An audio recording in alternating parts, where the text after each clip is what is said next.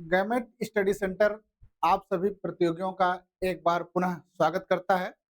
हम लोग UP PGT में इतिहास विषय पर आए हुए पूर्व प्रश्नों पर चर्चा कर रहे हैं। पूर्व वर्षों के प्रश्नों को हल कर रहे हैं। हल करते हुए हम लोग जो है वर्ष 2009 के प्रश्नों पर आए हैं। आज 2009 के प्रश्नों पर हम लोग दूसरी क्लास करेंगे और इस क्लास में जो है 25 प्रश्नों पर परिचर्चा करेंगे।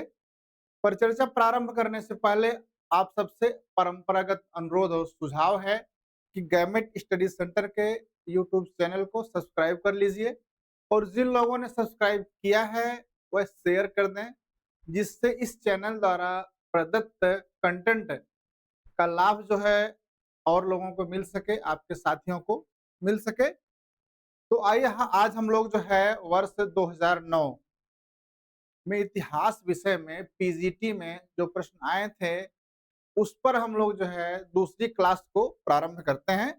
तो शुरुआत हम लोगों का आज होगी। प्रश्न संख्या है 26 है। निम्नांकित में से किसने बेस नगर में गरुण स्तंभ बनवाया? ऑप्शन 1 है हेलियोडोरस, 2 है मिनांडर, 3 है मिहिरकुल, 4 है कनिक्स। बताइए किसने बनवाया था? तो आइए हम लोग समझते हैं। तक्षशिला तक्षशिला के यवन शासक थे एंटियालकिड्स।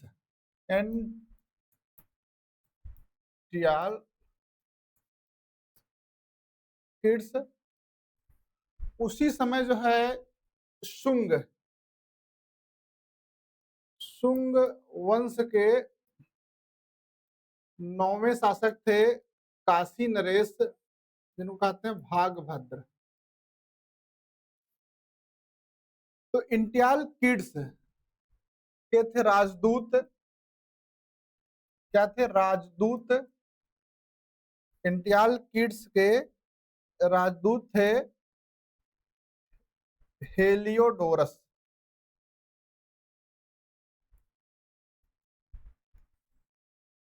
इन्हीं भागभद्र के समय में आए थे विदिशा। विदिशा इसी को बेसनगर कहा जाता है। यहाँ पर उन्होंने जो है एक जो है स्तंभ बनवाया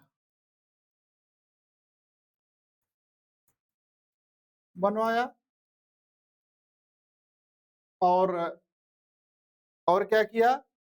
उन्होंने जो है धर्म ग्रहण किया, भागवत धर्म ग्रहण किया और स्तंभ बनवाया। इसी दिशा में जो स्तंभ बनवाए हैं इसी को कहते हैं बेसनगर का गरुड़ स्तंभ। ये बेसनगर का जो गरुड़ स्तंभ है ये किसका उदाहरण है जानते हैं? ये है भागवत धर्म का प्रथम प्रस्तर अभिलेख है। एक महत्वपूर्ण बात है, जो बेसनगर का गरुड़ स्तंभ है ये जो है भागवत धर्म का प्रथम प्रस्तर अभिलेख है। दूसरा क्या है, इसमें उसने क्या किया? इसने हेलियोडोरस ने स्वयं को कहा भागवत। क्या है वो? भागवत स्वयं को कहा। और वासुदेव को क्या कहा? देव देवस। वासुदेव को क्या कहा? देव देवस, देवों के देव हैं। इस तरह से जो प्रश्न है किसने बेसनगर में गरुड़ स्तंभ की स्थापना करवाई? तो हेलियोडोरस ने बेसनगर में गरुड़ स्तंभ की स्थापना करवाई। भागवत धर्म ग्रहण किया ना, ग्रहण किया, अपने को भागवत कहा और वासुदेव को क्या कहा? देव देवस। इसमें देखिए ऑप्शन 1 हेलियोडोरस है, यही सही विकल्प है। और ये महत्वपूर्ण प्रश्न है और परीक्षा में बार बार पूछा जाता रहता है, इसलिए आप इसको समझिए। इससे पहले भी ये प्रश्न जो है वर्ष 2005 में पूछा गया है।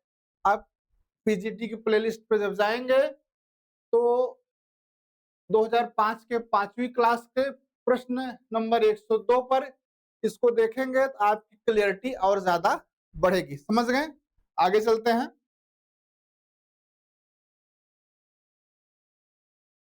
प्रश्न है कुराल का रचयिता कौन है? 27 नंबर प्रश्न है। पहला विकल्प है तिरुवल्लुवर, दूसरा है करिकाल, तीसरा है मुरुगन, चौथा है तोल्कापियम ना। कुराल को क्या कहा जाता था? तिरुकुरल, तिरुकुरल भी कहा जाता था। और इस तिरुकुरल की जो रचना है, इसके जो रचनाकार हैं तिरुवल्लुवर हैं। कौन है? तिरुवल्लुवर हैं, तिरुवल्लुवर हैं। और तिरुवल्लुवर ऑप्शन एक में, विकल्प एक में दिए गए हैं। तिरुवल्लुवर ने इस ग्रंथ की रचना, इस ग्रंथ की रचना क्योंकि तिरुवल्लुवर के मित्र थे श्रीलंका नरेश इलल एवं उसके पुत्र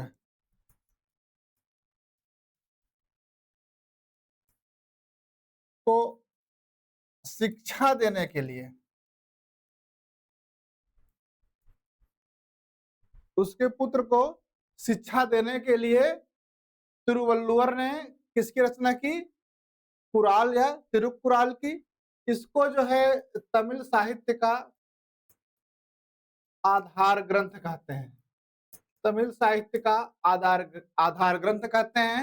इसको तमिल बाइबिल कहा जाता है, तमिल बाइबिल कहा जाता है। इसको तमिल में पंचम वेद कहते हैं और इसको लघु वेद भी कहा जाता है।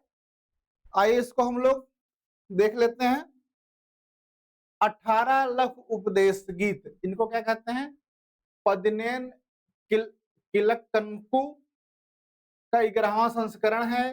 कौन? कुराल। इसकी रचना तिरुवल्लुवर ने की है। इस ग्रंथ को तिरुकुरल भी कहा जाता है। इसकी रचना उन्होंने अपने मित्र श्रीलंका के नरेश इलल और उसके पुत्र को शिक्षित करने हेतु किया। इसकी गणना साहित्यिक त्रिवर्ग में की गई है क्योंकि इसमें धर्म माने अरम, अर्थ माने पोरुल, काम माने इनबल। अरम, पोरुल, इनबल, धर्म, अर्थ, काम की विशद विवेचना है। इसमें राजनीति और कला का भी उल्लेख किया गया है। इसे तमिल साहित्य का आधार ग्रंथ, याद रखिए, तमिल साहित्य का बाइबिल, पंचम वेद और लघु वेद कहा जाता है। अब कुरल या कुराल के बारे में महत्वपूर्ण चीजें जान ली है। आगे चलते हैं क्वेश्चन नंबर 28 पर। तोल्कापियम की विषय वस्तु क्या है? विकल्प एक है धर्म, दो है राजनीति, तीन है दर्शन, चार है व्याकरण और काव्य। ये जो तोल्कापियम है, ये जो तोल्कापियम है, इस संगम साहित्य का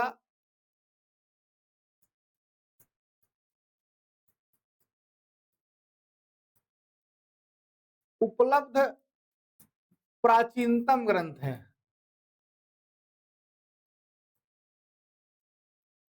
आप लोगों को पता होगा संगम काल में 3 प्रसिद्ध राज्य थे, चोल, चेर, पांड्य। पांड्यों के संरक्षण में 3 सभाएं हुई थी, 3 संगम हुआ था ना। और उस संगमों में कुछ ग्रंथों की रचना की गई। जिन ग्रंथों की रचना की गई उनमें तोल्कापियम जो है एक महत्वपूर्ण है, जो प्राप्त है, जो उपलब्ध है। इसकी जो है रचना किए थे तोल्कापियम ने, तोल्कापियर। इसकी रचना किसने की है? तोल्कापियर ने। और यह जो है तमिल व्याकरण का, किसका ग्रंथ है? तमिल व्याकरण का प्लस तमिल काव्य शास्त्र का महत्वपूर्ण ग्रंथ है। तमिल व्याकरण और तमिल काव्यशास्त्र दोनों का ये महत्वपूर्ण ग्रंथ है। इसमें देखिए ऑप्शन नंबर 4 है व्याकरण और काव्यशास्त्र, यही उत्तर इसका सही उत्तर है, अर्थात विकल्प 4 जो है करेक्ट आंसर है। समझ रहे हैं? आइए इसको देख लेते हैं। तोल्काप्पियम संगम साहित्य का प्राचीनतम उपलब्ध ग्रंथ है। यह तमिल व्याकरण ग्रंथ है। इसके रचनाकार तोल्काप्पियर हैं। कई बार परीक्षा में पूछा गया और पूछा भी जाएगा कि तोल्काप्पियम के रचयिता कौन है? कौन है? तोल्काप्पियर किस पर बेस्ड है? विषय वस्तु क्या है? तो इसकी विषय वस्तु व्याकरण है। इसकी रचना सूत्र शैली में हुई है। व्याकरण के साथ साथ यह काव्य शास्त्र का भी उच्च कोटि का ग्रंथ है। इसमें अर्थ, धर्म, काम, मोक्ष की नियमावली उल्लिखित है। इसमें 8 प्रकार के विवाहों का उल्लेख है। एक बार किसी परीक्षा में प्रश्न पूछा गया है किस ग्रंथ में 8 प्रकार के विवाहों का उल्लेख है, तो वह ग्रंथ कौन है? तोल्काप्पियम है। इसमें लिखा गया प्रेम विवाह पंचतीर्णय, ये आपको जानना है, दे देगा पंचतीर्णय क्या है? प्रेम विवाह। और एक पक्षी प्रेम कैक कैकिणय क्या है? कैकिणय, देखिए क्या लिखा? कैकिणय एक पक्षी विवाह है। अनुचित प्रेम को पेरुंदिणय क्या कहते हैं? पेरुंदिणय कहा गया है। वह इसी ग्रंथ तोल्काप्पियम में। आइए हम लोग जो है प्रश्न संख्या 29 पे चलते हैं। प्रश्न है निम्नांकित में से कौन सा शासक लखवक्स के नाम से जाना जाता था? विकल्प 1 है कुतुबुद्दीन ऐबक, 2 है रजिया सुल्तान, 3 है फिरोज शाह तुगलक, 4 है शेरशाह। लखबख्श या लाखबख्श ये नाम सुना होगा। ये उपाधि किसकी है? तो वह जो है सुल्तान अपनी उदारता पूर्वक दान करने के कारण, या इसे कह सकते हैं लाखों का दान करने के कारण उसको लाख बख्श कहा जाता था। और जिसे लाख बख्श कहा जाता था उसी को मिन्हाज ने, किसने? मिन्हाज ने क्या कहा है? द्वितीय हातिम। द्वितीय हातिम उसी को उपाधि है जिसकी उपाधि लाख बख्श है। उसी की एक और उपाधि है पील बख्श। पील बख्श है। पील बख्श का मतलब होता है हाथियों का दान करने वाला। किसका? हाथियों का दान करने वाला का मतलब हुआ पील बख्श। और उसकी एक और उपाधि है कुरान खां। क्या उपाधि है? कुरान खां। कुरान खां उपाधि इसलिए है उसको कुरान का ज्ञान था और कुरान की जो आयतें हैं, आयतों को सुरीले ढंग से पूरे स्वर में गाता था, सुरीले ढंग से गाता था, इसलिए उसको कुरान खां कहा गया है। ये थे दिल्ली सल्तनत के सुल्तान कुतुबुद्दीन ऐबक, इसलिए ऑप्शन 1 जो है इसमें सही उत्तर है। जिन्हें लाख बख्श, द्वितीय हातिम, पील बख्श, कुरान खां इत्यादि की उपाधियां दी गई हैं। इनके बारे में और चीजें जानना है, कब जो है इनको दास्ता से मुक्ति मिली, मलिक या खान की उपाधियां इनकी रही, सुल्तान की उपाधि धारण नहीं किया, इन सब के लिए क्या करना है? गवर्नमेंट स्टडी सेंटर के प्लेलिस्ट पीजीटी पे जाइए। वर्ष 2003 के प्रश्नों पर हम जो परिचर्चा कर रहे थे दूसरी क्लास के क्वेश्चन नंबर 41 पर देखिए। आपको जो है कुतुबुद्दीन ऐबक के बारे में संपूर्ण जानकारी एक साथ मिल जाएंगी। इसके अतिरिक्त उसकी उपाधियां भी हम लोगों ने बात किया, पील बख्श, हाथियों का दान देने वाला, लाख बख्श, लाखों का दान देने वाला, कुरान खां, कुरान की आयतों का ज्ञान होना तथा उसे सस्वर में सुरीले ढंग से गाने के कारण कुतुद्दीन ऐबक को ही कुरान खां कहा जाता था। मिनहाज उस सिराज ने ऐबक को द्वितीय हातिम कहा। मिनहाज के अनुसार ऐबक के हाथ की उंगली टूट गई थी, जिसके कारण उसे एब केसल, हाथ से लूला उपनाम दिया गया। मान लीजिए कभी परीक्षा में एब केसल पूछ ले या एक हाथ से लूला कौन था, उंगली किसकी टूटी थी, तो समझते रहिए किसके बारे में बात हो रही है, कुतुबुद्दीन ऐबक के बारे में बात हो रही है। आइए अगला है मुगल प्रशासन के अंतर्गत क्वेश्चन नंबर 30 है, मीर बख्शी का कार्य था। विकल्प 1 नागरिक प्रशासन, बी राजस्व प्रशासन, 3 सैन्य प्रशासन, 4 है अनुदान एवं चंदा। मुगल प्रशासन में मीर बख्शी जो होता था वह सैन्य प्रशासन से संबंधित होता था। किससे संबंधित होता था? सैन्य प्रशासन संबंधित होता था। इसलिए ऑप्शन 3 है सैन्य प्रशासन, यही करेक्ट ऑप्शन है। लेकिन वह सेनापति नहीं होता था। क्या नहीं होता था? सेनापति नहीं होता था। और उसको कभी कभी सेनापति का कार्य दिया जा सकता था, लेकिन वह नियमित रूप से सेनापति नहीं होता था, लेकिन उस सैन्य प्रशासन से संबंधित होता था। और मनसबदारी व्यवस्था के अंतर्गत जो मनसब होते थे उनका आवंटन, पदोन्नति, वेतन, इन सब का कार्य देखता था कौन? मीर बख्शी देखता था। और जब ये जो है सरखेत पर हस्ताक्षर करता था, तब युद्ध के समय सैनिकों को वेतन दिया जाता था, लेकिन सामान्य रूप से सैनिकों के वेतन देने का उत्तरदायित्व मीर बख्शी का नहीं था। इसके लिए एक जो है दीवाने तन अलग जो है विभाग था, अलग अधिकारी थे, उनका कार्य था। तो इसमें जो है मीर बख्शी सैन्य प्रशासन संबंधित है। आइए कुछ और महत्वपूर्ण बातें देख लेते हैं। मुगल शासन के अंतर्गत मीर बख्शी महावेतनाधिकारी सैन्य प्रशासन का प्रधान था। अवसर पड़ने पर उसे सेना का सेनापतित्व दिया जा सकता था। इस लाइन पे ध्यान रखिएगा, दिया जा सकता था, परंतु उसका संपूर्ण उत्तरदायित्व ना था, ना वह राज्य का सेनापति था। उसे अफसर ए खजाना भी कहा जाता था। क्या कहा जाता था? अफसर ए खजाना कहा जा सकता था। हाकिंस ने, विलियम हाकिंस जो जहांगीर के समय में आया था, उसने इसे क्या कहा? लेफ्टिनेंट जनरल कहा। किसको? मीर बख्शी को। यह पद सल्तनत काल के किस पद के बराबर दिखाई पड़ता है? यह सल्तनत काल के आरिजे मुमालिक, दीवाने अर्ज, रावते अर्ज का जो प्रधान होता था, आरिजे मुमालिक, उसके समान दिखाई पड़ता है। सैनिकों की भर्ती करना, उसका हुलिया रखा जाना, घोड़ों और हाथियों का दागा जाना, सैनिकों के शस्त्रों, घोड़ों, शिक्षा और रसद आदि की देखभाल करना उसका कार्य था। किसका?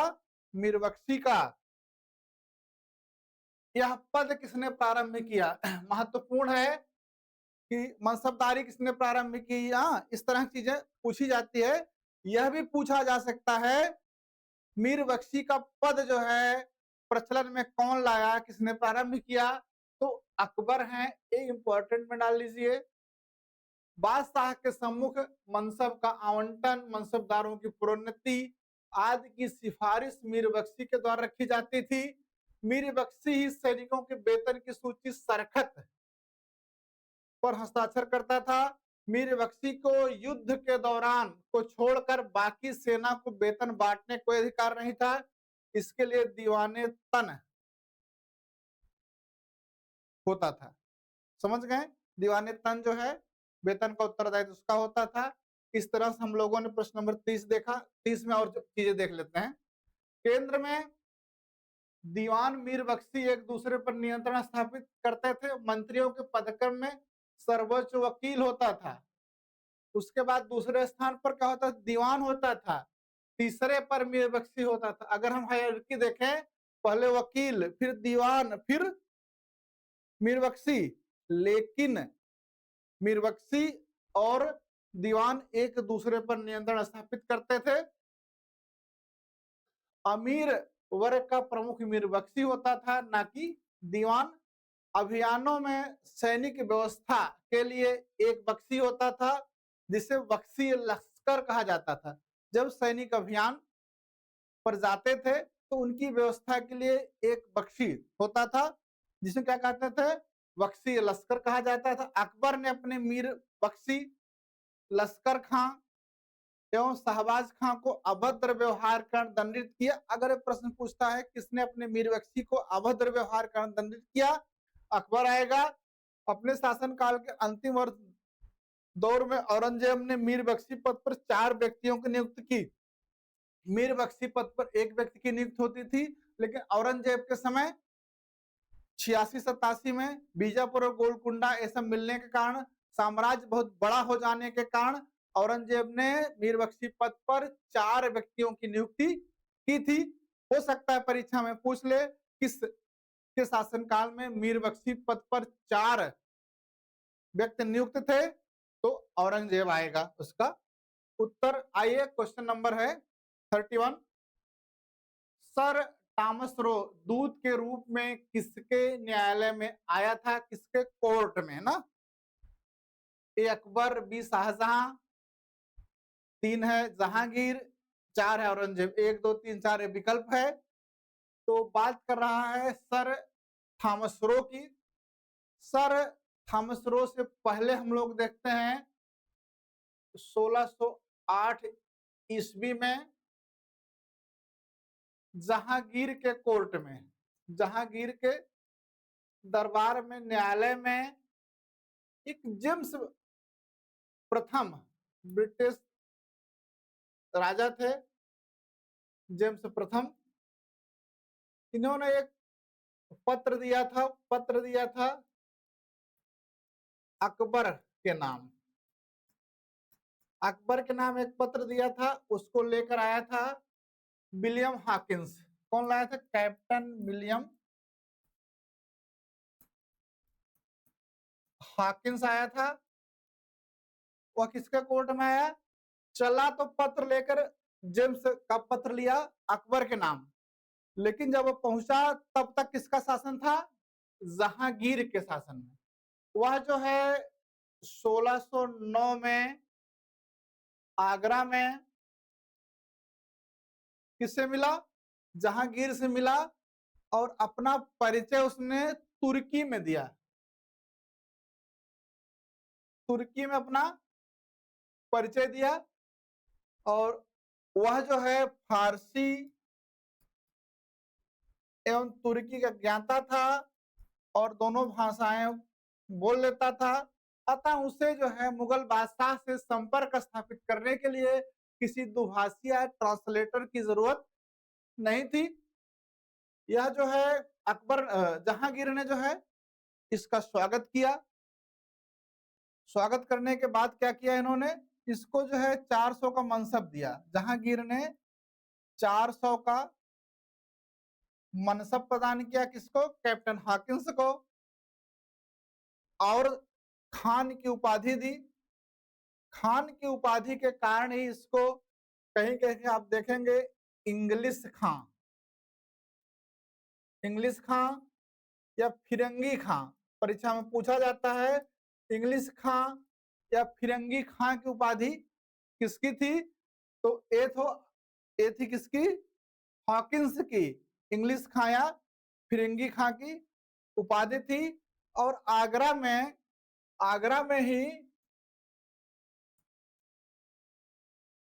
में ही इसकी शादी एक आर्मेनियन महिला से करवा दी गई। आर्मेनियन महिला से करवा दी जहांगीर ने। ये आया था कब? 1608 में हेक्टर नामक जहाज से। और आने का उद्देश्य क्या था कि ब्रिटिश व्यापारियों के लिए व्यापारिक सुविधा प्राप्त करना।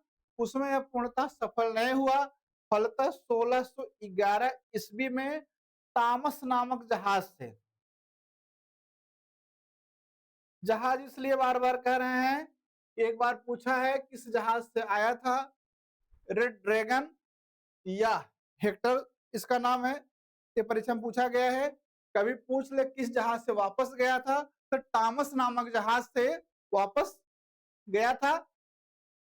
इसके बाद बात है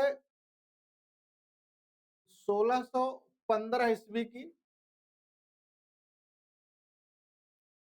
जेम्स प्रथम का पत्र लेकर के आए थे सर टॉमस रो,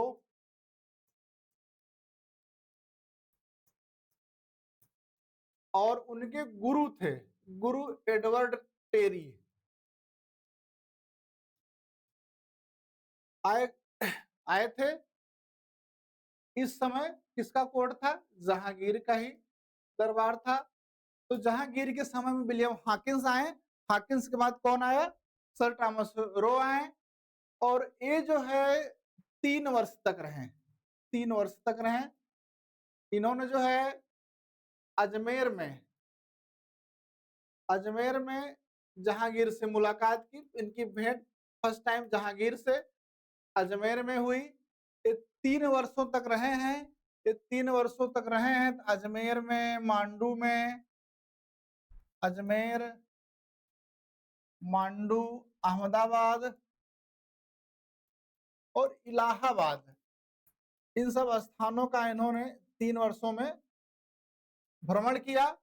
उसके बाद 1619 ईस्वी में 1619 ईस्वी में जहांगीर का एक फरमान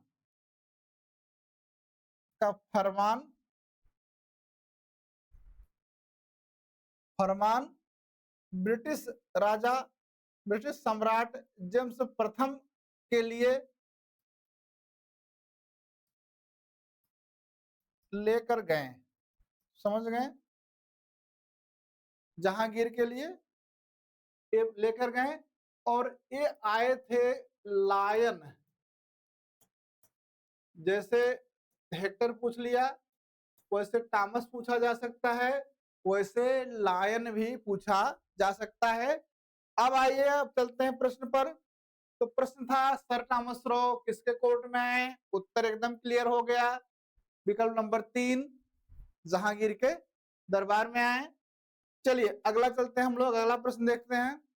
हाँ, इसको देखिए और बढ़िया से देखना है तो प्लेलिस्ट पीजीटी पर जाइए। वर्ष 2000 के भाग जो पहली क्लास थी उस पर 33 नंबर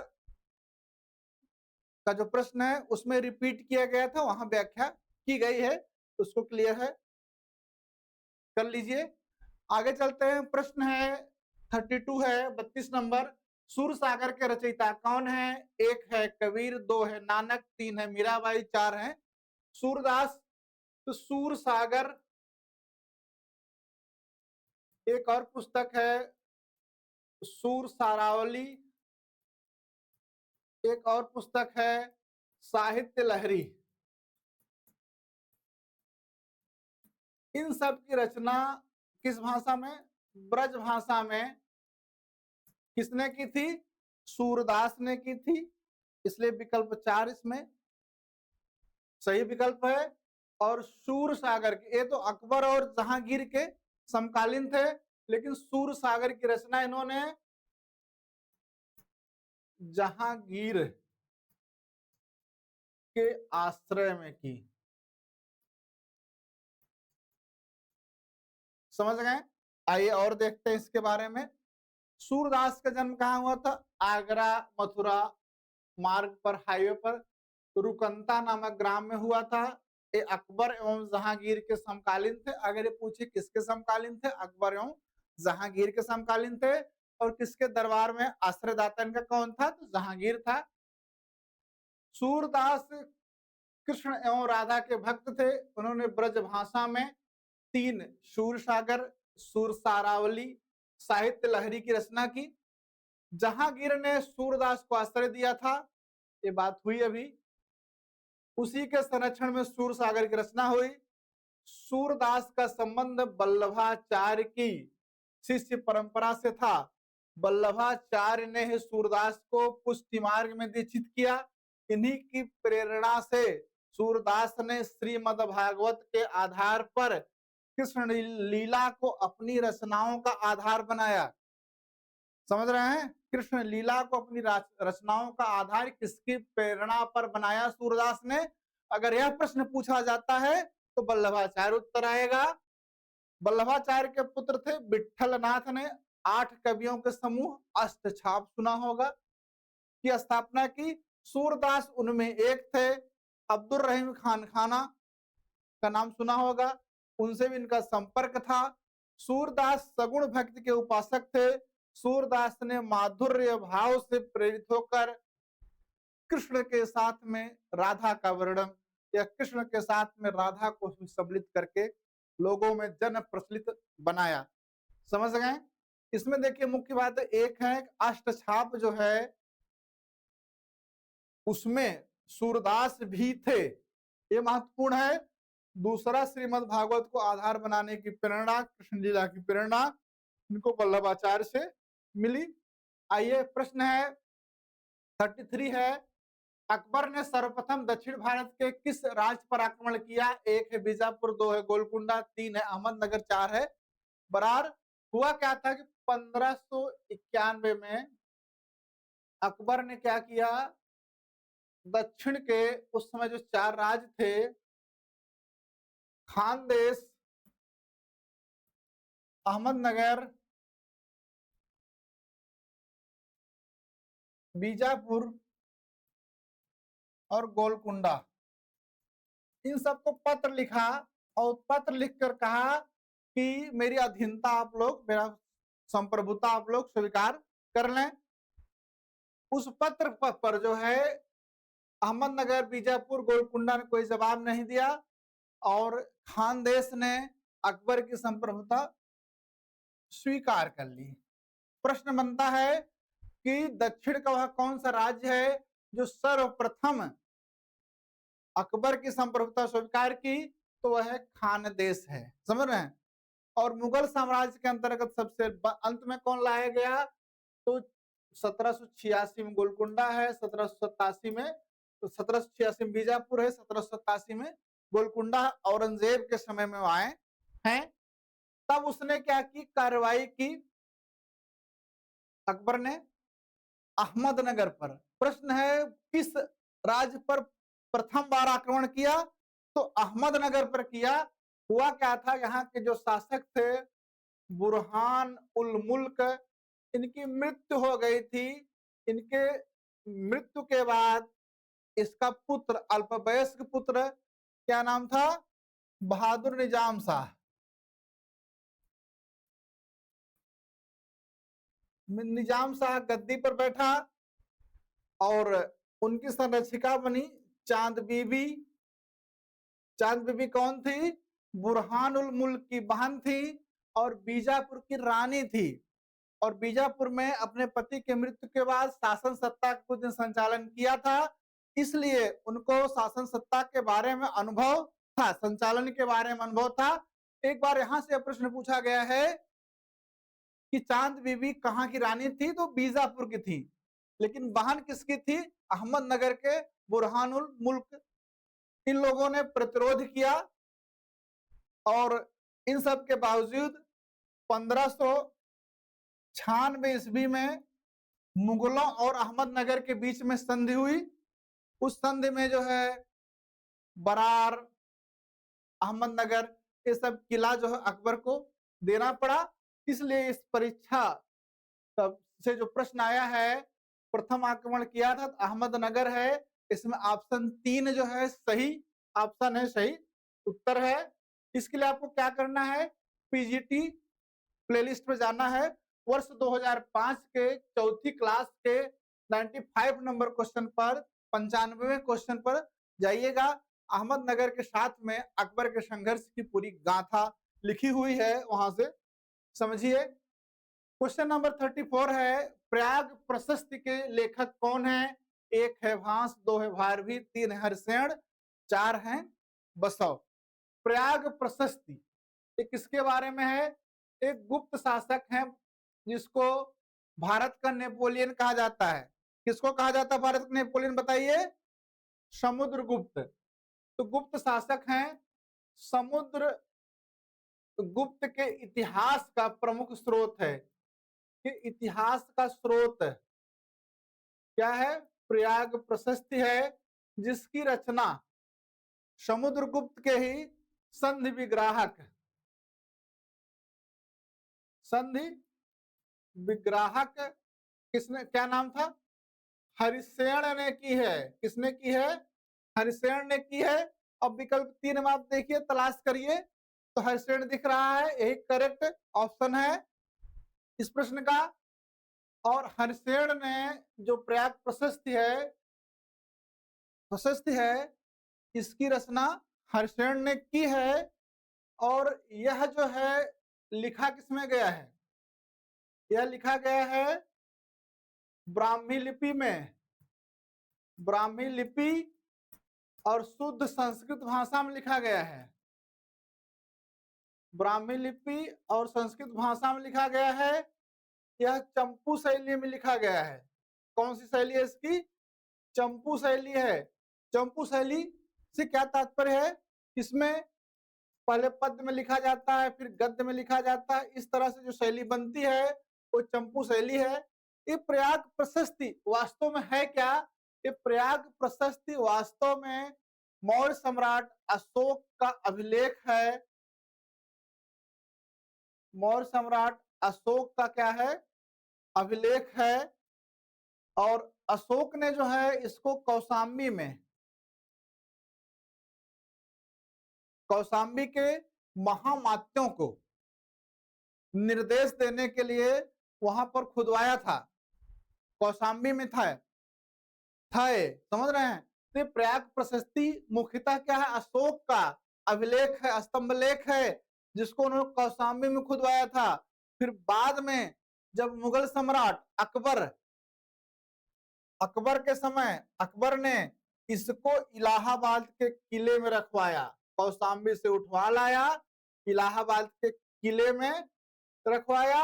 और इस पर जो है अकबर के दरबारी बीरबल का भी लेख मिलता है। अगर कभी पूछे बीरबल का लेख है कि नहीं है तो तुरंत बताइए, उसमें बीरबल का भी लेख है प्रयाग प्रशस्ति के ऊपर। इसमें अकबर के पुत्र सलीम माने जहांगीर का देवनागरी में, किसमें? देवनागरी में भी लेख है। देवनागरी में भी लेख है। तो अब समझ गए, प्रयाग प्रशस्ति समुद्रगुप्त के इतिहास को बताती है, लेकिन वास्तव में अशोक का अभिलेख है। अकबर उसको लाते हैं, जहांगीर और बीरबल इन सब के लेख मिलते हैं। यह जो है प्रश्न आपकी परीक्षा में पहले पूछा गया है। पीजीटी परीक्षा 2005 में जाइए, पहली क्लास के क्वेश्चन नंबर 10 में सेम प्रश्न है, प्रयाग प्रशस्ति का लेखक कौन है, हरिसेन के बारे में पूछा गया, वहां जाकर के देख सकते हैं। अगला प्रश्न है 35 है। 1575 में अकबर ने इबादत खाना कहाँ बनवाया था? 1 है आगरा किला में, 2 है फतेहपुर सीकरी में, 3 है लाल किला में, 4 है इनमें से कोई नहीं। यह प्रश्न है। अकबर देखिए कि धर्म का प्रचार किया था या प्रतिपादन किया था, क्या नाम था उसका? दीन ए इलाही, या इसी को कहते हैं तौहीद ए इलाही कहते हैं। उसकी जो धार्मिक नीति है, जो धर्म के प्रति उसका नवीनता है, उसका विकास कैसे हुआ? क्रमिक रूप से हुआ। पहले वो क्या करता है कि जो धर्म की कट्टरता है उसको कम करता है। तो आप इसके संबंध में 1562, 1563, 1564 में 3 चीजों पर प्रतिबंध लगाता है, जिसके लिए हमने एक कोड बताया था। आपको क्या करना है?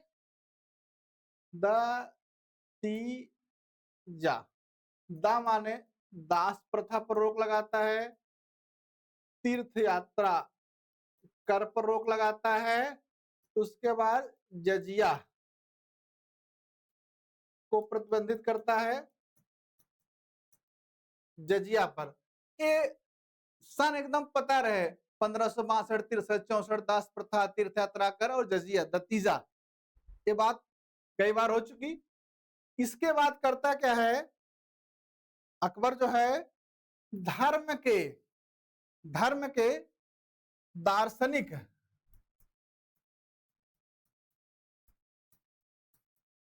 दार्शनिक दार्शनिक एवं धर्मशास्त्री पक्षों के समझने की कोशिश करता है। इसी कोशिश के अंतर्गत जो है 1575 ईस्वी में, कब 1575 ईस्वी में कहा, फतेहपुर सीकरी में स्थापना करता है इबादत खाना की। क्वेश्चन क्या है, इबादत खाना कहाँ बनाया गया? तो 1575 में फतेहपुर सीकरी में, विकल्प 2 में जो दिया गया है वहां बनवाया गया ना। और उसके बाद क्या होता है कि फतेहपुर सीकरी में जब उसने इबादत खाना 1575 में बनवा दिया, तो पहले उसने क्या किया, जो इस्लाम धर्म से संबंधित है, उलेमा, मौलवी, इन सबको बुला करके धर्म को समझने की कोशिश की और देखा कि ये लोग जो है धर्म के अपने अपने पक्षों की प्रशंसा कर रहे हैं और इस प्रशंसा में एक दूसरे का विरोध कर रहे हैं, बहुत ज्यादा शोर कर रहे हैं, मरने मारने को उतारू हो जा रहे हैं। इससे क्या होता है, इबादत खाना का जो माहौल है, माहौल कैसा हो जाता है, अराजक हो जाता है। तब अकबर ने क्या किया, 1578 में इबादत खाना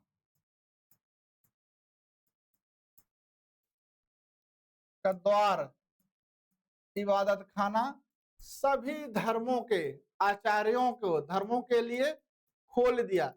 एक बार आपके परीक्षा में प्रश्न पूछा गया है इसी पीजीटी में कि अकबर ने जो है इबादत खाना सभी धर्मों के अनुयायियों के लिए कब खोला? 1578 ईस्वी में खोल दिया। अब इसमें क्या हुआ कि विभिन्न धर्म के अनुयायियों के माध्यम से उसने धर्म के तत्व को समझने की कोशिश की। अब समझिए, इसमें जो कट्टर मुसलमानों का प्रतिनिधित्व कौन किया था? अब्दुल्ला सुल्तानपुरी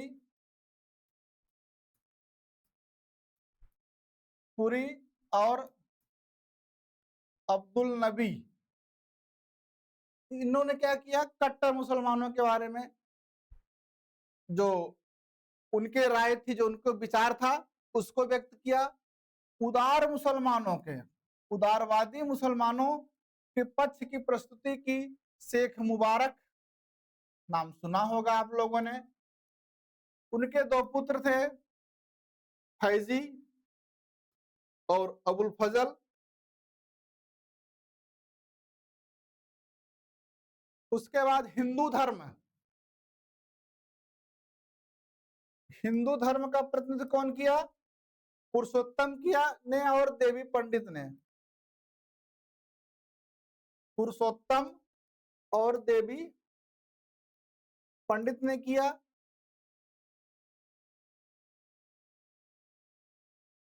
पुरुषोत्तम ने किया और देवी पंडित ने किया हिंदू धर्म का प्रतिनिधित्व। इसके बाद जो है पारसी धर्म का इबादत खाना प्रतिनिधित्व किया। कौन किया? दस्तूर मेहरजी राणा। किसने किया? दस्तूर मेहरजी राणा ने क्या किया? पारसी धर्म। इसके बाद ईसाई धर्म का प्रतिनिधित्व किया गोवा के पादरी गोवा के पादरियों ने। इसमें जो प्रमुख रूप से थे रुडोल्फ एक्विला, फादर मोंसेरात, इन लोगों ने किया। और जैन धर्म का प्रतिनिधित्व किया, फिर विजय सूरी,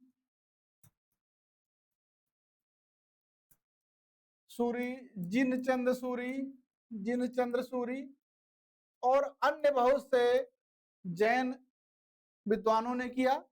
इस तरह से आप देखिए कितने धर्म के लोग जुड़े थे। इन सबको देख करके इतिहासकार राय चौधरी ने इबादत खाना को कहा सर्वधर्म संसद है। सर्वधर्म संसद है इबादत खाना को। प्रश्न बनेगा, इबादत खाना को सर्वधर्म संसद किसने कहा? उत्तर बनेगा, क्या बनेगा उत्तर? राय चौधरी ने कहा। अब जो है अकबर के धर्म को, दीन इलाही को और अच्छे तरीके से समझना है, इसके लिए क्या करना होगा? प्लेलिस्ट पीजीटी के वर्ष 2002 के चौथी क्लास के क्वेश्चन नंबर 97, प्लेलिस्ट पीजीटी के वर्ष 2005 के दूसरी क्लास के 33 को देखिएगा। आपको जो है अकबर के दीन इलाही की स्थापना, कारण, इन सबको बेहतर तरीके से समझने में मदद मिलेगी। आगे चलते हैं। क्वेश्चन नंबर 36 है, निम्नांकित में से कौन सी जगह मध्यकालीन भारत में बुंदेलखंड के चंदेलों की राजधानी थी? विकल्प 1 है महोबा, 2 है खजुराहो, 3 है छतरपुर, 4 है झांसी। 9वीं शताब्दी में बुंदेलखंड में चंदेल वंश की स्थापना नन्नूक ने की। एक बार परीक्षा में पूछा गया है चंदेल वंश की स्थापना किसने की? उत्तर है नन्नूक ने की है।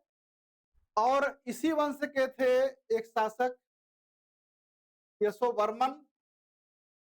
इन्होंने प्रतिहारों से कालिंजर जीत करके इसको राजधानी बनवाया। इसके बाद शासक होते हैं धंगदेव। इन्होंने क्या किया? धंगदेव ने कालिंजर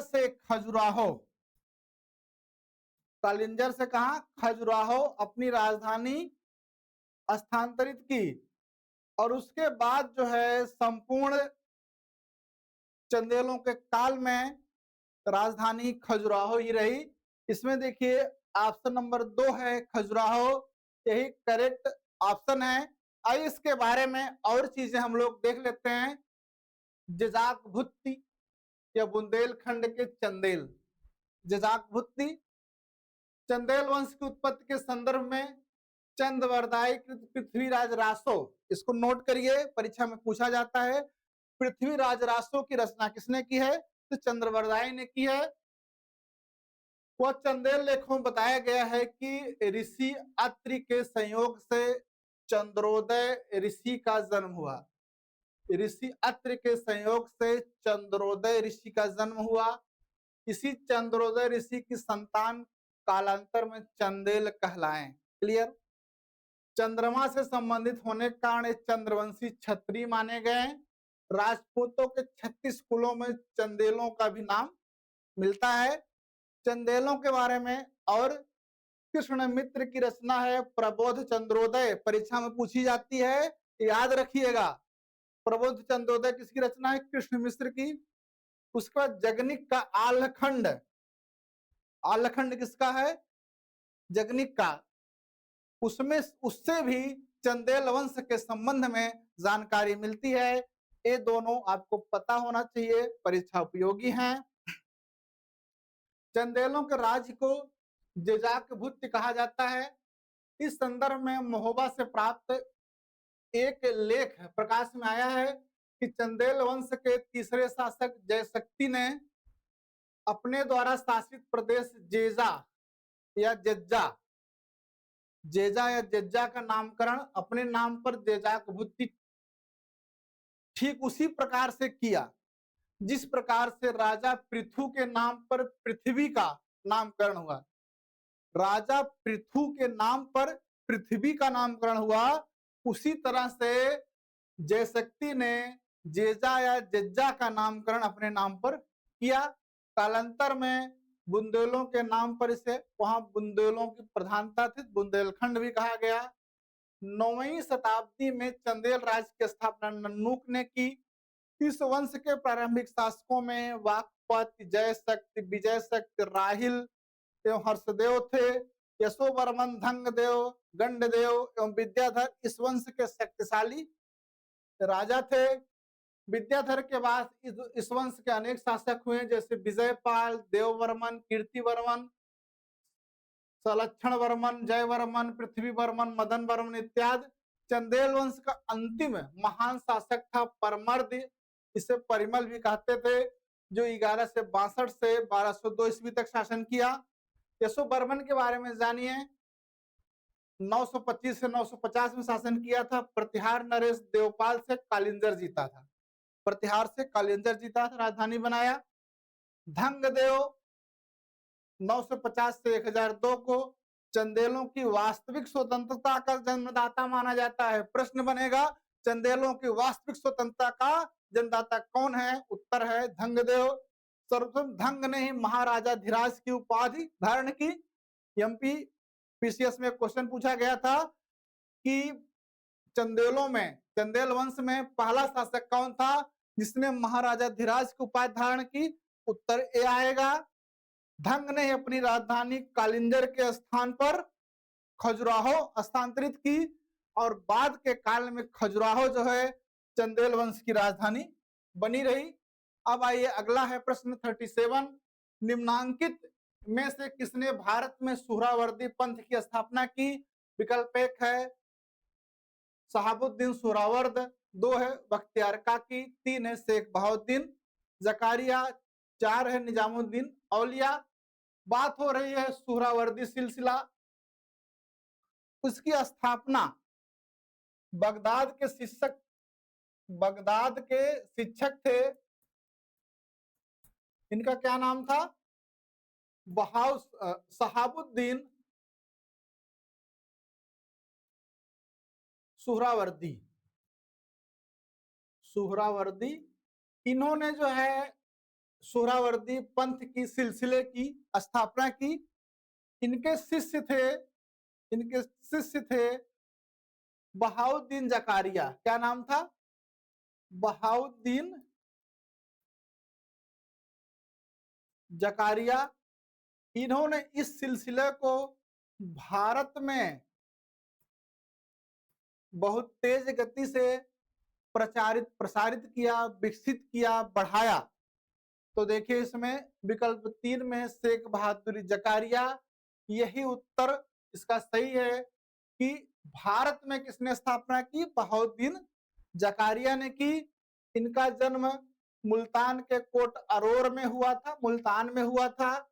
और सुहरावर्दी के बारे में समझिए, जैसे चिश्तिया सिलसिला है, एक काया क्लेश में तप में विश्वास करता था, एक अच्छे जीवन में, आराम के जीवन में भी विश्वास करते थे। और चिश्तिया संप्रदाय के जो संत होते थे, सूफी होते थे, वह जो है राजाश्रय नहीं स्वीकार करते थे। ये राज्य के मामलों में राज्य से संपर्क स्थापित करते थे, हस्तक्षेप भी करते थे। समझ रहे हैं? सुहरावर्दी सिलसिले के लोग। और यह जो है आपकी परीक्षा में पहले पूछा गया है, पीजीटी 2003 में भाग 2 क्वेश्चन नंबर 58 में सुहरावर्दी सिलसिले की स्थापना भारत में किसने की? यह प्रश्न है, रिपीटेड क्वेश्चन है, वहां जाके देखिए, आपको और क्लियरिटी आएगी, आपको मिलेगी। अबुल फजल की रचनाओं के नाम है अकबरनामा तथा आईन अकबरी, दूसरा आईन अकबरी तथा तूफा अकबरी, विकल्प 3 है अकबरनामा तथा तबकात अकबरी, तीसरा तकबात अकबरी, तूफा अकबरी। तो देखिए, आपने सुना होगा अबुल फजल की बात हो रही थी। अबुल फजल ने लिखा है फारसी में अकबरनामा। क्या लिखा है? अकबरनामा लिखा है। और इस अकबरनामा को लिखा है, इसमें 3 भाग हैं और इसका जो तीसरा भाग है, अकबरनामा का तीसरा भाग है, यही तीसरा भाग है आइन-ए-अकबरी। समझ गए? तो उसमें देखिए जितने विकल्प हैं, इसमें देखिए अकबरनामा और आइन-ए-अकबरी, यही अबुल फजल की, अबुल फजल को अबुल फजल अल्लामी भी कहते हैं। और 1602 ईस्वी में जहांगीर के निर्देश पर वीर सिंह बुंदेला ने इनकी हत्या भी की थी, जिस पर जो है अकबर बहुत अधिक क्रोधित हुआ था, लेकिन सलीम से प्यार करने के कारण इसको माफ भी किया था। इसके लिए क्या करना है आपको? प्लेलिस्ट पीजीटी वर्ष 2005, इससे पहले जो परीक्षा हुई थी 9 है, इससे पहले की परीक्षा 5 की हुई थी। उसके तीसरी जो हम लोग क्लास लिए है, क्वेश्चन नंबर 73 है, उसमें अकबरनामा और आईन अकबरी के बारे में डिटेल में, कौन इसका अनुवाद कराया अंग्रेजी में, वह सब चीजें दी गई हैं। और ये भी बताया गया है कि आईन अकबरी के जो 5 भाग हैं, अकबरनामा के 3 भाग हैं, लेकिन आईन अकबरी के 5 भाग हैं। उन पांचों भागों में क्या क्या दिया गया है, उन सबको आप इस जगह पर जाकर के पीजीटी प्लेलिस्ट पर जाकर के देखिएगा, आपको अच्छी जानकारी मिलेगी। क्वेश्चन है 39 है, टंका तथा जीतल किसने प्रारंभ किया? ऑप्शन 1 है कुतुबुद्दीन ऐबक, 2 है रजिया सुल्तान, 3 है इल्तुतमिश, 4 है बलबन। यह जो है आपके अभी इससे पहले जो परीक्षा हुई उसमें पूछा गया है। इसका सही उत्तर क्या है? विकल्प 3 इल्तुतमिश है। इल्तुतमिश ने क्या किया? शुद्ध अरबी शैली में सिक्के प्रारंभ किए। प्रथम सुल्तान था जिसने शुद्ध अरबी शैली में क्या किए? सिक्के जारी किए। और ये सिक्के चांदी के थे और तांबे के थे। इनके चांदी के सिक्कों को टंका कहा जाता है। क्या कहा जाता है? टंका कहा जाता है। और तांबे के सिक्के को जीतल कहा जाता है। और इनका जो टंका है यह 175 ग्रेन का था। कितने ग्रेन का? 175 ग्रेन का था। इसी को बताते समय पिछली क्लास में बताए थे, चांदी किस धातु, चांदी से टंका है तो पूछता टंका किस धातु का बना है, तो चाटा दिए ना, चाटा, चाटा, चांदी, टंका से याद करने के लिए कहा था ताकि क्लियरिटी बनी रहे।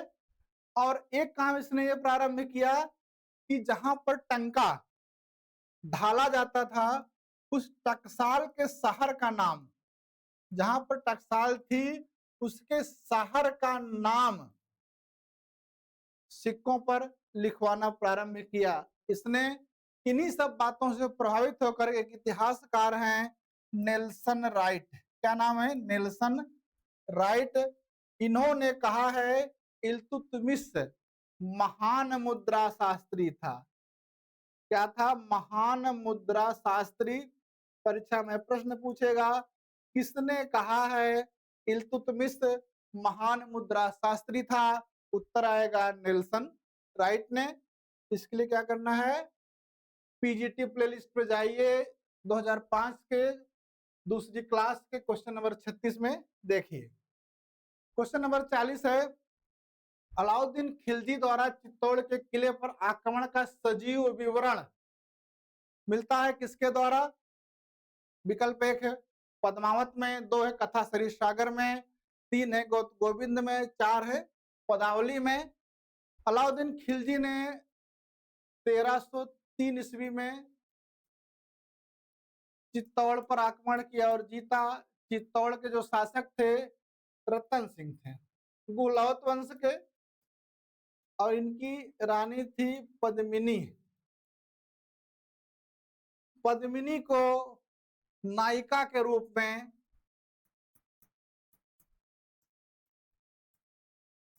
में एक पूरा ग्रंथ लिखा गया। उस ग्रंथ को कहते हैं पद्मावत। क्या कहते हैं? पद्मावत है। इसकी रचना 1540 ईस्वी में किसने किया था? मलिक मोहम्मद जायसी ने किया था। इसी पद्मावत में चित्तौड़ के किले के आक्रमण का सजीव विवरण मिलता है। ऑप्शन एक में पद्मावत दिया गया है, सही है। जबकि चित्तौड़ के आक्रमण के समय में अमीर खुसरो अलाउद्दीन खिलजी के साथ में था, वह जो है जौहर इत्यादि का वर्णन नहीं करता है।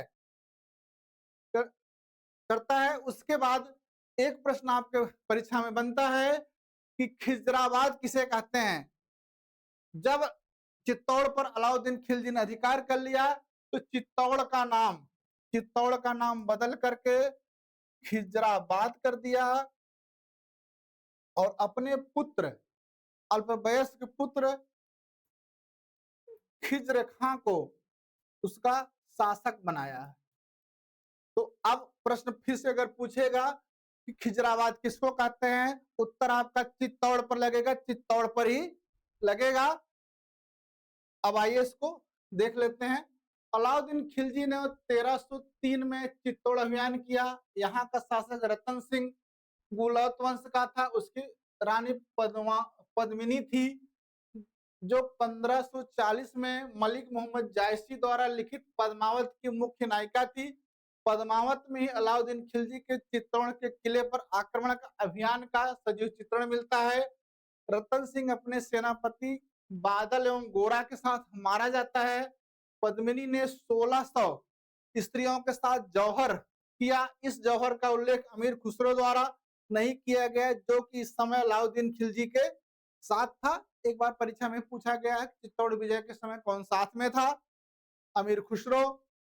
अलाउद्दीन ने चित्तौड़ का नाम खिजराबाद रखा तथा अपने अल्पवयस्क पुत्र खिज्र खां को उसका शासक बनाया और मलिक शहीन को उसका सहायक बनाया, ताकि वहां का शासन अच्छे से चलता रहे। 1311 ईस्वी में खिज्र खां को चित्तौड़ से अलाउद्दीन खिलजी ने वापस बुला लिया।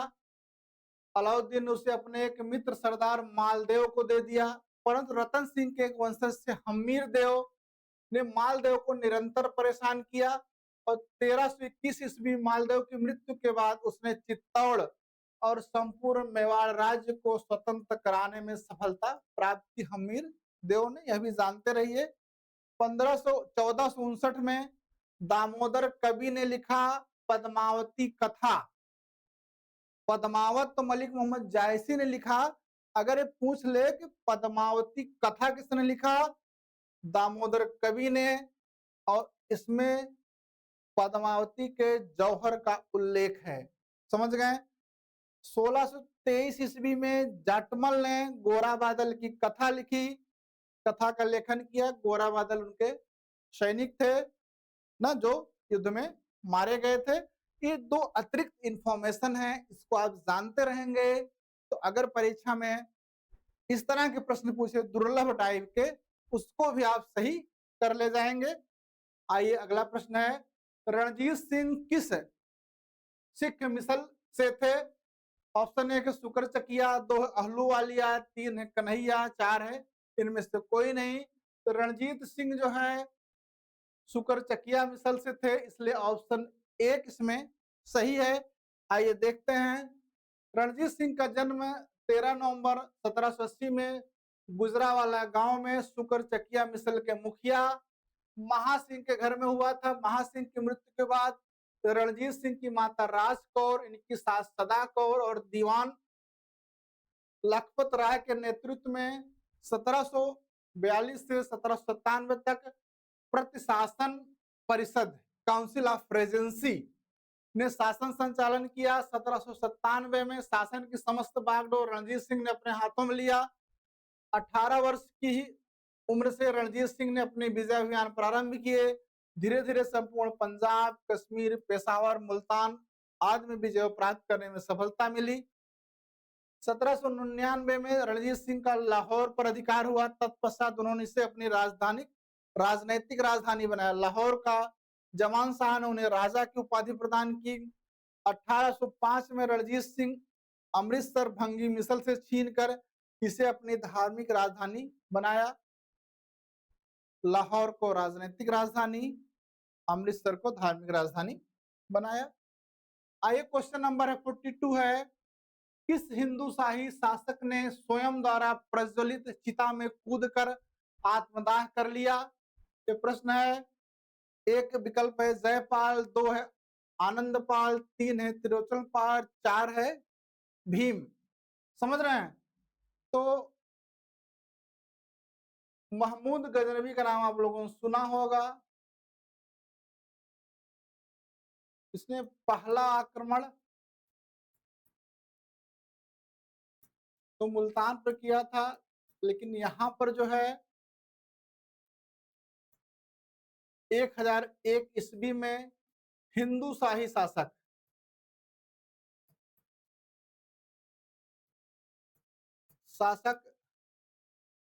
जयपाल पर किया। जयपाल तथा उसके सगे संबंधियों को बंदी बना लिया और इस बंदी से मुक्ति के लिए जयपाल ने महमूद गजनवी को 25 हाथी और 2.5 लाख दीनार दिए। महमूद से इस तरह से पराजय से वह बहुत अपमानित महसूस किया, दुखी हुआ, अपमानित महसूस किया और दुखी हुआ, और उसने जो है आग में कूदकर, अग्नि में कूदकर आत्मदाह कर लिया। कूदकर आत्मदाह कर लिया। प्रश्न पूछा किसने किया? विकल्प है जयपाल ने किया। इसमें विकल्प नंबर 1 सही है। इसके लिए आपको क्या करना होगा? पीजीटी प्लेलिस्ट 2005 जिससे पहले पेपर हुआ था, उसके चौथी क्लास के क्वेश्चन नंबर 87-88 देखिए, आपकी क्लियरिटी और बढ़ेगी। प्रश्न नंबर है 43, लंबवत पुरातात्विक उत्खनन के द्वारा संस्कृत के निम्न में से किस पक्ष का विशेष ज्ञान होता है? संस्कृत के क्षेत्र विस्तार का, संस्कृत के आकार का, संस्कृत के स्वरूप का, संस्कृत के काल मापन का। देखिए उत्खनन, आर्कियोलॉजिकल एक्सकवेशन होता है। उत्खनन की 2 विधियां हैं, मुख्य रूप से प्रचलित हैं।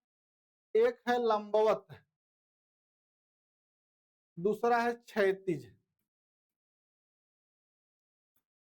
लंबवत का मतलब हुआ वर्टिकल, क्षैतिज का हुआ हॉरिजेंटल।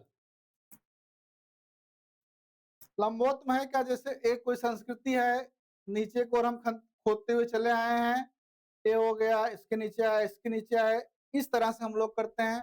क्षैतिज का मतलब संस्कृति के, इस तरह से हम लोग संस्कृति के बारे में उत्खनन करके जानकारी प्राप्त कर रहे हैं। इसमें देखिए एक क्षेत्र विशेष तक सीमित है ना, इतने ही क्षेत्र काम कर रहे हैं जहां तक हम नीचे को खुदाई कर रहे हैं। दूसरा क्या है, इससे संस्कृत के सभी पक्षों का ज्ञान नहीं होता है। इतनी एरिया में जो पक्ष आते हैं उन्हीं का ज्ञान होता है।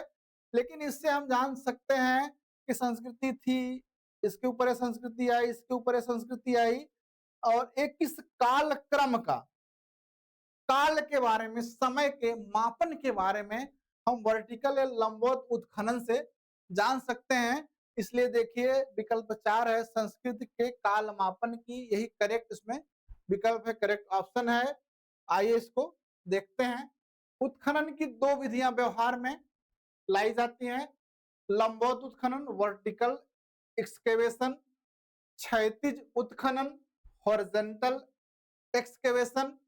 लंबवत उत्खनन में किसी स्थान की लंबी लंबी खुदाई की जाती है।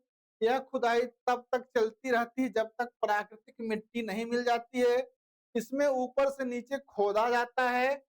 यह सामान्यतः कुछ स्थल तक सीमित होते हैं। इसके द्वारा संपूर्ण सभ्यता का प्रत्यक्षीकरण नहीं हो सकता है, अपितु विभिन्न संस्कृतियों के कालक्रम का ज्ञान होता है ना। ऊपर कौन संस्कृति किस काल में थी, उसके नीचे कौन थी, उसके नीचे कौन थी, यह पता आसानी से चलता है। ह्यूलर महोदय ने इस विधि को काल मापन या संस्कृत मापन विधि की संज्ञा दी है। यह विधि विभिन्न संस्कृतियों के पूर्वापर क्रम तथा पारस्परिक संबंध ज्ञात करने में सहायता करती है, लेकिन इससे सभ्यता के संपूर्ण चित्र उपस्थित नहीं होते हैं। क्षैतिज उत्खनन या हॉरिजॉन्टल एक्सकेवेशन से तात्पर्य समस्त टीले एवं उसके बृहत भाग की खुदाई करना। इसमें खुदाई लंबवत न होकर विस्तार में की जाती है। इस तरह से खुदाई में हम संबंधित स्थल से काल विशेष की संस्कृति का पूर्ण ज्ञान प्राप्त करते हैं, साथ ही संबंधित सभ्यता के अप्रत्यक्ष अवशेष भी प्राप्त करते हैं। व्हीलर के अनुसार क्षैतिज उत्खनन से तात्पर्य किसी संस्कृति का सर्वांगीण परिचय प्राप्त करने से के लिए पुरातत्व के काल विशेष से संबंधित संपूर्ण अथवा उसके विस्तृत भाग की खुदाई करना है। इस विधि का प्रयोग सर जॉन मार्शल ने 1944-45 ईस्वी में तक्षशिला के सिरकप के टीले पर करके पार्थियन युग की संस्कृति का चित्रण प्रस्तुत किया। समझ गए होंगे उत्खनन की दोनों विधियां, वर्टिकल और हॉरिजॉन्टल को अच्छी तरह से। आइए आगे चलते हैं। नंबर जो है 44 है, निम्नलिखित में से कौन सा हड़प्पा पुरास्थल हिंदकुश पर्वत श्रृंखला के उत्तर में स्थित है? चनुदारो, मकरान, मांडा और सुरतगोई। आइए इसको हम लोग देखते हैं। ये देखिए, ये है हिंदकुश पर्वत, इसके उत्तर में सुरतगोई है, यहाँ पर है मुंडीगाक है। तो दो स्थल हैं सुरतगोई और मुंडीगाक जो हिंदकुश पर्वत के उत्तर में है। और इसमें देखिए सुरतगोई दिया है, सुरतगई, इसलिए विकल्प नंबर 4 इसका सही उत्तर है। अगले प्रश्न चलते हैं। प्रश्न नंबर 45 है, निम्नलिखित में से कौन सी रचना हर्ष द्वारा रचित नहीं है? रत्नावली, नागानंदा, हर्षचरित और प्रियदर्शिका। तो हर्ष की जो रचनाएं हैं वो 3 हैं। कौन कौन सी है? रत्नावली, प्रियदर्शिका और नागानंद। समझ रहे हैं? और ये जो हर्ष चरित्र है उसके दरबारी कवि बाण भट्ट हैं, इनकी रचना है कि नहीं? इसलिए विकल्प 3 इसमें सही विकल्प है। रत्नावली जो है सिंघल राजकुमारी, रत्नावली है सिंघल की राजकुमारी हैं। क्या नाम है? रत्नावली। और वत्स के राजा हैं, वत्स के राजकुमार हैं उदयन। इनकी जो है प्रणय कथा का है। समझ रहे हैं? रत्नावली में। प्रियदर्शिका में है दृढ़ वर्मा है, दृढ़ वर्मा की पुत्री। क्या नाम है? प्रियदर्शिका। और वही वत्स राज उदयन, इनकी प्रणय कथा का विवरण है, नाटकीय वर्णन है। नागानंद में के 2 भाग हैं। प्रथम भाग में जीमूतवाहन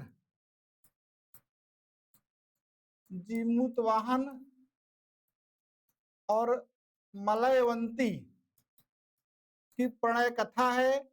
और दूसरी भाग में सर्पों के संकट से घिर जाने के कारण जीमूतवाहन गरुड़ का आह्वान करते हैं, उसका विवरण है।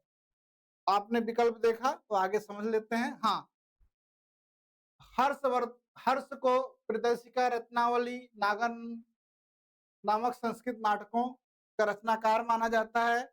रत्नावली में सिंघल राजकुमार रत्नावली वस्त्रनरेश उदयन की प्रणय कथा का वर्णन नाटकीय ढंग से किया गया है। प्रियदर्शिका में वस्त्रनरेश उदयन और महाराजा दृढ़ वर्मा की पुत्री प्रियदर्शिका का प्रणय प्रसंग है। नागनंद का कथानक बौद्ध धर्म से प्रेरित है। इसमें विद्याधर राजकुमार जीमूतवाहन और सिद्ध कन्या मलयवंती के प्रणय कथा का प्रसंग एक भाग में चित्रण है। तो दूसरे भाग में जीमूतवाहन का सर्पों की से रक्षा हेतु गरुड़ का आह्वान के समक्ष आत्म बलिदान की कथा है। यह मान्यता, एक मान्यता यह भी है कि तीनों जो है नाटक रत्नावली, प्रियदर्शिका, नागानंद ये धावक द्वारा लिखे गए हैं। लेकिन उस समय के जो उनके दरबारी कवि थे, दरबार बाण भट्ट, वह इसका खंडन करते हैं। समझ गए? आइए प्रश्न नंबर है 40, निम्नलिखित किस संस्था में स्त्रियों के भाग लेने के उल्लेख मिलते हैं। तो ऋग्वैदिक काल में सभा, समिति, विदध, इन सब का वर्णन मिलता है। विदध, विदध में सैनिक, असैनिक और धार्मिक मामले लाए जाते थे। इसमें पुरुषों के साथ में स्त्रियां भी ना भाग ले सकती थी, इसलिए इसमें ऑप्शन 3 विदध इसका सही उत्तर है। आइए देखते हैं। आर्यों की प्राचीनतम संस्था या जनसभा विदध थी, जो सैनिक, असैनिक एवं धार्मिक कार्यों से संबद्ध थी। इसमें पुरुष के साथ साथ महिलाएं भी सक्रिय रूप से भाग लेती थी। ऋग्वेद में इसका वर्णन 122 बार, 122 टाइम्स इसका वर्णन हुआ है। अगला है, उत्तर वैदिक कालीन किस विचारक ने वेदों की महिमा का खंडन किया है? ऑप्शन 1 कात्यायन, 2 है कौश, 3 है पढ़नी, 4 है बौद्धायन। देखो उत्तर वैदिक कालीन विचारक जो कौत्स हैं, ये आपका उत्तर सही होगा विकल्प 2। कौत्स ने जो है वेदों को अपौरुषेय तो माना, ब्रह्मा का वचन तो माना, लेकिन उसके जो कर्मकांड हैं उसकी उन्होंने जो क्या की, निंदा की। उसके जो बखान किया जा रहा है, जो महिमा गाई जा रही है, जो इस तरह से यज्ञ किए जा रहे हैं, इन सब का खंडन किया, इसलिए है विकल्प 2 इसमें सही है। और विकल्पों को जान लीजिए। पालरी ने व्याकरण पर एक ग्रंथ लिखा था, क्या नाम था भाई बताइए? हाँ, अष्टाध्यायी। इस पर जो है पतंजलि ने टीका लिखी थी, उसका क्या नाम था? महाभाष्य। और इसी अष्टाध्यायी पर कात्यायन ने एक टीका लिखी जिसका नाम है वार्तिक। याद रखिए, वार्तिक किसकी रचना है? कात्यायन की। बौद्धायन किससे संबंधित है? शुल्ब सूत्र से। शुल्ब सूत्र में यज्ञ वेदियों के निर्माण के संबंध में जानकारी दी गई है। समझ रहे हैं इसको?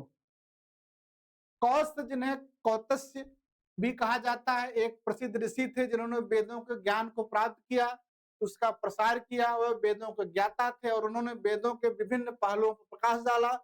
हालांकि कुछ विद्वानों का मानना है कि कौत्स ने वेदों के कुछ कर्मकांडों और अनुष्ठानों पर सवाल उठाए, लेकिन उन्होंने कभी भी वेदों की प्रामाणिकता के ज्ञान को नकारा नहीं।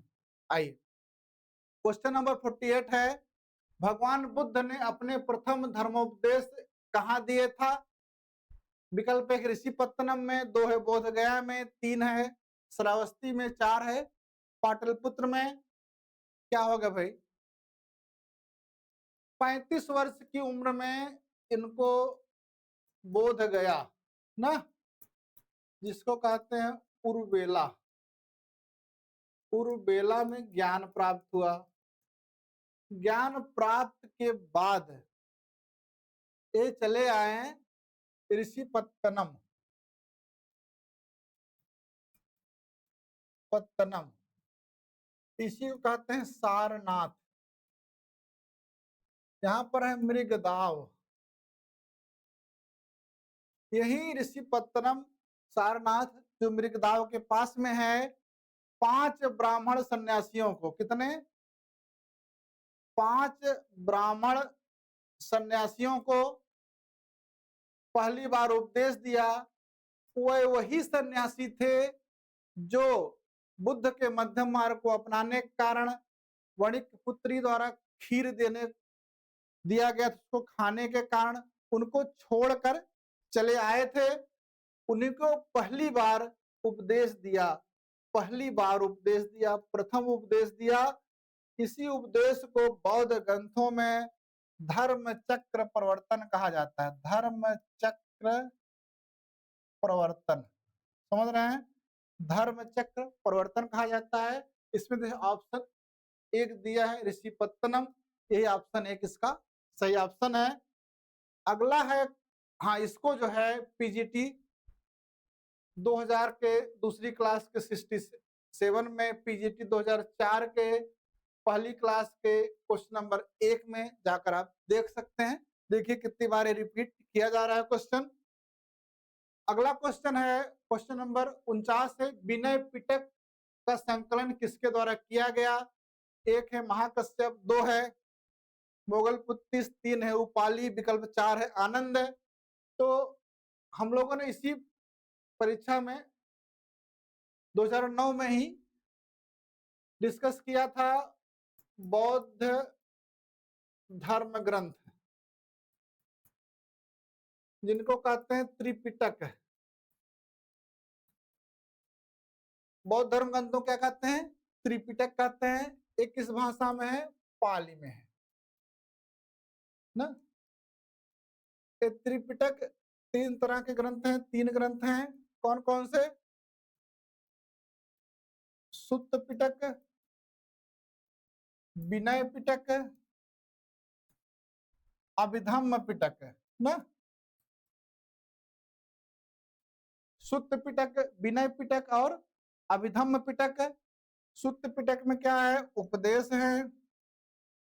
विनय पिटक में क्या है? आचार के नियम है, आचरण नियमावली है। अभिधम्म पिटक में क्या है? बौद्ध धर्म के दार्शनिक पक्ष है। सुत्त पिटक का संकलन किया था आनंद ने। विनय पिटक का संकलन किया था उपालि ने। अभिधम्म पिटक का संकलन किया था मोगलपुत्त तिस्स ने। मोगलपुत्त तिस्स ने। इसमें किसका पूछ रहा है? विनय पिटक का। इसमें तीसरा विकल्प देखिए, उपालि दिया गया है, यही इसमें सही विकल्प है। इसको और समझना है, पीजीटी प्लेलिस्ट 2009 जो हम लोग अभी कर रहे थे, पहली क्लास किए थे, इसमें क्वेश्चन नंबर 19 को देख लीजिएगा, वहां से और आपको स्पष्टता आएगी। अगला प्रश्न है, प्रश्न नंबर 50 है, जो आज का अंतिम है। जैन धर्म के किस तीर्थंकर ने सर्वथा वस्त्र त्याग करने का आदेश दिया? नंबर 1 ऋषभदेव, 2 अजीतनाथ, 3 नेमिनाथ, 4 महावीर। इसमें सही उत्तर कौन है? महावीर है। इन्होंने ही पार्श्वनाथ के चतुर आयाम को पंच महाव्रत या पंच अणुव्रत में बताया।